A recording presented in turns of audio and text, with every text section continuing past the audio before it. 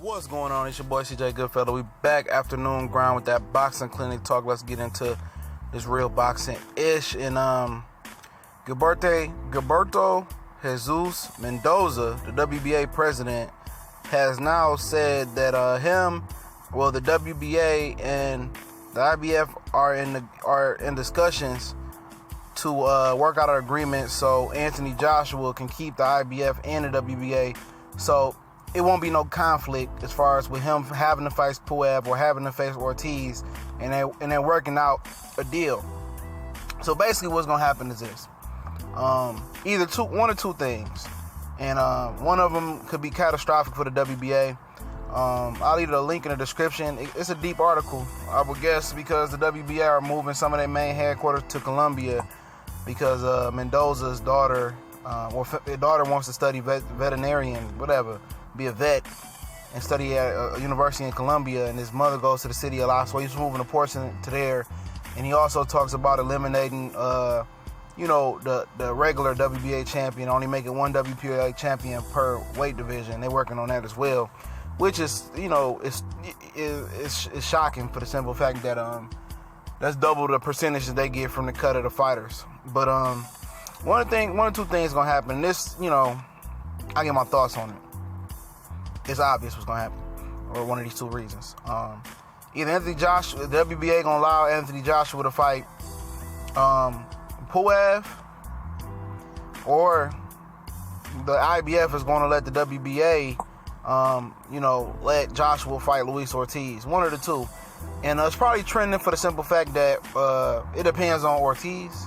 It's probably trending to the fact that Joshua is going to fight Pulev, because Ortiz is already so-called in discussions with Deontay Wilder, and if they can come to agreement where Ortiz can fight Wilder, and if that goes down, then he gonna get Joshua next. If the winner of Joshua Pulev will obviously gonna be Joshua.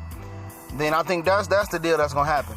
But if Luis Ortiz and Al Heyman truly want Ortiz to take out Joshua, which I don't know why would that, because Showtime has an exclusive deal with Joshua and Al Heyman. It's Al Heyman is Ortiz. It's a sticky situation as far as the business side of that shit. But I think Showtime is gonna go ahead and have Al Heyman let him and Deontay Wilder fight. Luis Ortiz and Deontay Wilder fight, and they're gonna let Joshua slip through the cracks and fight Pulev. Joshua got a deal with Showtime. They can't have Ortiz fucking that up. So the powers that be is going to, in my opinion, is going to have Ortiz set aside his lawsuit versus the WBA and, elect to fight Deontay Wilder. Because the simple fact, if Ortiz doesn't fight Deontay Wilder, then Romain Stavern and Deontay Wilder is going to have to go on the undercard, or is going to be untelevised on TV. So, they can do a streaming platform where even Bounce don't want it, don't want the fight. So they said no television network wants to buy the fight, Ortiz and Romain Stavern. So, something gonna happen with that. As far as, they really can get him out of there on the technicality that Romain Stavern missed a drug test. So, maybe they can, get him out of there on that. But that's what's gonna happen, man. Eddie Hearn, Showtime, Al Heyman, all one, under one umbrella as far as Anthony Joshua and him having a Showtime deal. And why not get a money fight versus Pulev?